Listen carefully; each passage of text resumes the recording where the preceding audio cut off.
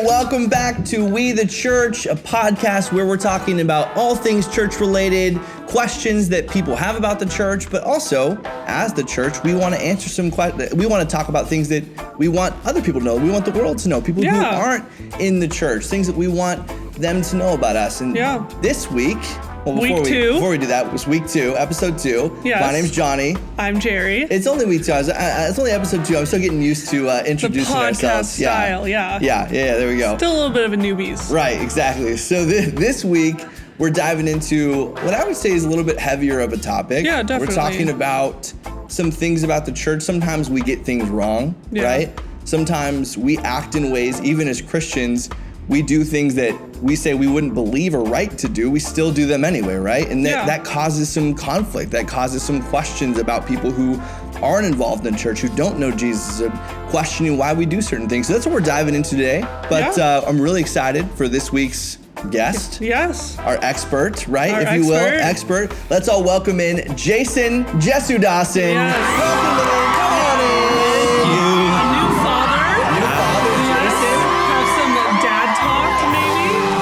Are you sleeping a lot, or? You know what? The sleep, I am, but it's just like you need. So you let your wife do everything. You let Amanda do everything? I think I'm sleeping the same amount as before, but now because you just need more than before, because you're so much more tired. Got it. Yes. So that was like what I was kind of like surprised about, but it's amazing. Everything's a joy. Like I love him so much. Waking up in the middle of the night. Even the diapers, man. Really? Yeah. The worst part of the diapers is like they have this thing called like the diaper genie. It's like a trash can that seals the smell in. Okay, yeah. But man, when you open that thing to put another diaper in, you close it and the whiff just punches in your face. Luca's not eating. Luca's your baby. Yeah. Right? I'm just letting everybody know that's who we're talking about. He's not eating like real food yet, right? No. Okay, so you say diapers, you don't mind them now. Wait till the real food comes into play. It's like...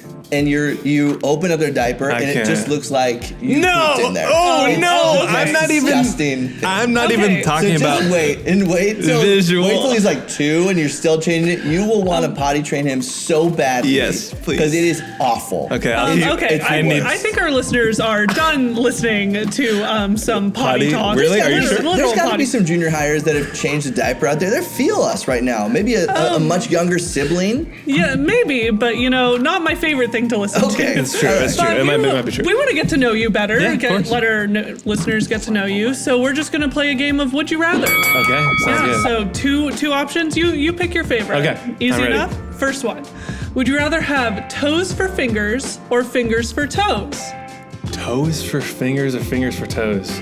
Yeah. Fingers for toes. Interesting. Because I'm thinking like monkey.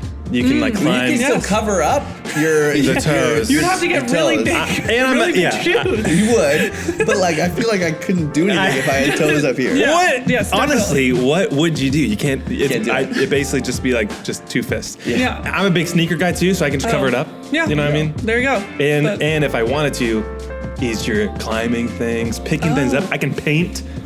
I can text with my toes. Interesting. There you go. Okay. I don't know. I would do the fingers for toes. I'm sure. Second one. Would you rather lose the ability to read or lose the ability to speak? Read. I don't even like reading now. I wish I could lose. Are you joking me? Easy. All right. Are you kidding? I'm the guy that when it's like, oh, when you watch a movie or would you read the book? Movie, of course. All right. I don't want to read the book first. Easy. Gosh. Okay. Yeah. Would you rather go to jail for a year or lose a year of your life? We're getting deep now. The hard-hitting question. Can I ask what I'm in jail for? No. Okay. I just need the backstory. We don't have a lot of time. Oh, man. I think I would... I don't know how long I'm living, so I think I would just lose the year off my life. Because I don't know. Yeah. Right? You know what I mean? I think that's fair. Because of the jail thing, Either way, kind of losing a year of your life. That's true, but at least I don't have to remember. I'd rather lose it on the back end. Yeah. For sure. Okay, would you rather always hit all green traffic lights, all green, or never have to wait in a line again? All green. Oh, because I don't mind waiting in the line. It's thinking time for me. You get to talk to. I'm an extrovert. I don't mind talking to. So you want to get to your destination quickly. You're still okay waiting in line there. Because I like driving anyways. Sometimes just to clear my head. Mm-hmm. So just it doesn't matter. Right. Doesn't bug me. And you know what? Here's what I don't like: self-checkout. Self-checkout at Target. You need the human interaction. Did we ask these questions? We did you need the human interaction. You need the waiting in line kind of thing. You know what I mean? I'd agree. That's debatable. What I'm saying. Yeah. Okay, last one. Would you rather your son have bad fashion, like dressed in a poor outfit, or cut your hand off? Do I get a metal arm like Anakin? No. Oh man, bad fashion. I kind of I like. Wow. No surprise, because you and Amanda probably the hippest dressed people with saddle. Thank you. 100%. Here's the thing. Talk about Exhibit this. A right here. This jacket. Thank you. Completely showing us up on our own podcast. Right. Exactly. You know what? I'll chop it. I'll chop. I'm thinking about it again. I'll chop. Stick to the I feel like Amanda would be like, "You're chopping." I know. Yes. You're chopping. After she hears this, she's gonna chop my hand off anyways. Those pictures I saw of your sweet little baby boy, and I was like, how is he already the best dressed baby Is he? Oh, ever? thank you so much. He's just like his little beanie. Oh, so cute. Sometimes it's like he's wearing a onesie. I would love to be that comfortable all the time, but he's still got the fashion sense. Yeah. He's got it. Cozy vibes, just for like sure. You guys. Thank you. Like father, like son. Thank you. All right, let's get into it today. Like I said at the beginning, I think today's topic is a bit on the more intense side, just because it is a subject I don't think we like to address that often, which is that sometimes we get it wrong as Christians, and sometimes we don't quite act the way that we're supposed to do. We call it a hypocrite, right? You believe something, you do kind of the opposite of what you say you believe, or different from what you believe. So what would you say to someone who calls Christians hypocrites? Yeah, I would agree with them 100%. Even like you said, we say live one way, and we preach it, but then we do something else. And I think we're all hypocrites, Christian or non-Christian, if you love Jesus or not. The thing is, we are called as Christians to be set apart and called to a life of holiness. The issue is we're more concerned about our happiness, and we pursue all these worldly things. And so when we do that, we're the people that are in our lives that know we love Jesus. They're like, well, hang on, that doesn't look very different than what I'm doing in the first place. What's the whole point of following Jesus in the first place? Yeah. Just seems like all these rules and all these things. We set ourselves up, and we kind of give ourselves a bad name because we're pursuing this life of happiness over holiness, when in reality, Jesus is like, there's so much more I want to give you through holiness, a full life, all these things. But it's almost like we kind of put ourselves in that category. We give ourselves a bad name. So I would completely agree. Christians are hypocrites, but we all are. The problem is we just don't acknowledge that we are hypocrites. Yeah, definitely. I think part of us being hypocrites, part of us is we're naturally judgy, just like all people. Yeah, for sure. So how do you think, why do you think that Christians have the tendency to look at others first and judge others first rather than looking inward?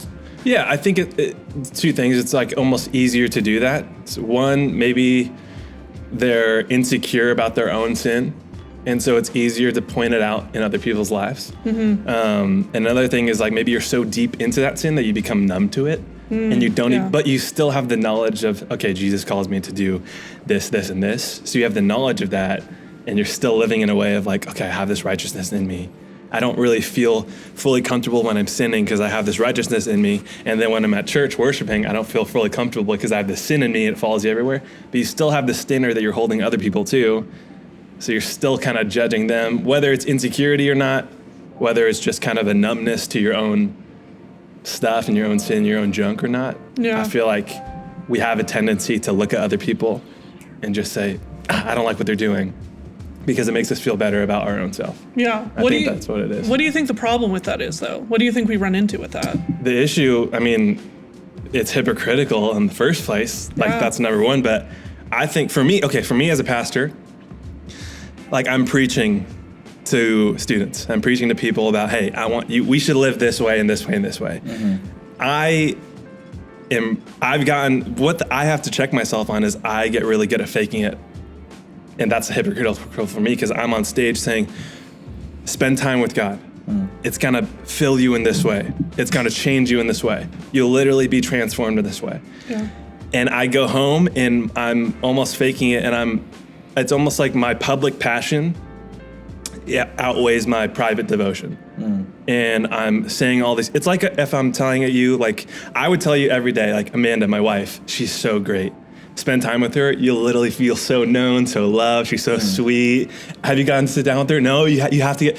And if I'm telling everyone, hey, go hang out with my wife, spend time with her, and I go home and I'm just not hanging out with her, not hanging out with Luca, I'm just doing my own thing. It's like, what am I doing?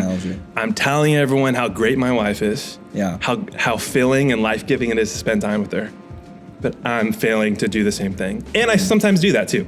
You know, I am selfish and I think about myself. The Lakers are playing, you know what I mean? Like I'm choosing other things over my own wife sometimes, and it's just like, man, that's hypocritical. And I do the same thing with Jesus too. I don't, you know, I almost fake my intimacy with God in a way that's just like, I'm preaching it and it's just not really lining up in my own life. So I have to check myself, and that's the danger of it, because I can get caught up in that for sure. Yeah, definitely. And I think the problem with that is when other people see that, they're not compelled to follow Jesus as well. They're not compelled to say, yes, I want a relationship with Jesus, because they're not seeing any difference, any benefit, and any good testimony. It's not just the stuff of why my life was bad before Jesus. It's how has Jesus answered these prayers? How has Jesus made my life better and given me that new life that we're all seeking? And I think that's the next question I want to ask you about is, we're called to new life. There's got to be a way to get out of this, right? We're living a life of hypocrisy. All of us are guilty of that to some degree. How do we go about fixing that in our own lives so that we are that light of the world that we're called to be? Yeah, for sure. I think we just need to focus on, it's a tricky question. It's like focusing on our own sin, but really not. It's focusing on Jesus. Because we don't really want to focus on our own sin, because then we're going to be, I'm feeling inadequate. I'm feeling like less than. But Jesus is calling us saying, hey, you are not your sin. That doesn't define you. Focus on me, focus on all these things. But the problem is we either focus on other people's sin or we focus on ours. Either way, we're beating ourselves up. We're comparing ourselves to people, and we're getting jealous, or we're just being self-deprecating and saying, I'm not worthy, I'm not worthy. Yes, that's true. We're not worthy of a savior, but he's given us this free gift. And I think the key is just to hold up a mirror to yourself. Say, Jason, am I the best version of myself? Because that's such a worldly thing, but am I a more accurate representation of Christ today? Do I look like Christ to people? Do I look like Jesus to someone? Yeah, that's good. Because that might be the only representation of Jesus they ever see. And that's the question, rather than, I want to be my best self. Like, this is my best life. Like, it's more of, am I representing Jesus well today? Yeah, we're called to become like Jesus. Yeah. We're called to be like him. He was that model for us. Yeah. Part of him coming to earth, being God, coming to earth fully human, he modeled the exact life that we're kind of supposed to live. Obviously, we all have our unique things, and we're not all, we're not living in Israel just wandering around everywhere. We're not that to the T of Jesus' life, but we're called to be like him in that we're living in total obedience to God. Yeah. And being in a relationship with Jesus is how we achieve that, is by continuing to pursue him. I love what you said. It's not about being the best version of yourself. It's being like Jesus. Are we representing Jesus well? I think it's a great way to put it for our students to understand. Stop focusing on your sin. Focus on Jesus. Let him change you. I think that's really good. So and I'm saying that as I'm saying it, it's just like I need to tell myself that. I'm saying, Jason, focus on Jesus. Don't focus on even your student sin and the people I'm preaching to. Like, focus on Jesus, and that'll transform me. Well, any final thoughts before we close out? I would just say it's never too late to change. Like, we just celebrated Martin Luther King Jr. Day a couple of weeks ago, right? And he said the time is always right to do what's right, right? And so sometimes we're so deep in our sin, we think there's no turning back. Yeah. Man, I can go on countless stories of Bible characters and people in the Bible that seem they're in the same way, right? Yeah. They're in the same boat as us. But no, it's never too late. because we just need to just basically fix our focus. Yeah. And it just always points back to who Jesus is and the person he is and who he is in our life. And I think that alone will transform us. It sounds so simple, but I get it simple so wrong. Not easy. It's not easy. Yeah. It's almost like harder because it's so simple. It's like, that's it? That's all you have to do? Yeah, we overcomplicate it sometimes. Yeah. Well, Jason, thanks for joining us. Yeah, thank you so much, Jason. Thanks for having me. Thanks for your vulnerability. So thanks for your honesty. Yeah, I love it. Honesty. I love your vulnerability. Man. Yeah. It's so great. I think that honesty will be helpful for our listeners. Yeah. Our listeners, hope you enjoyed week 2. Catch us in episode 3 next week. Episode 3 coming next week. See you guys next week. All right.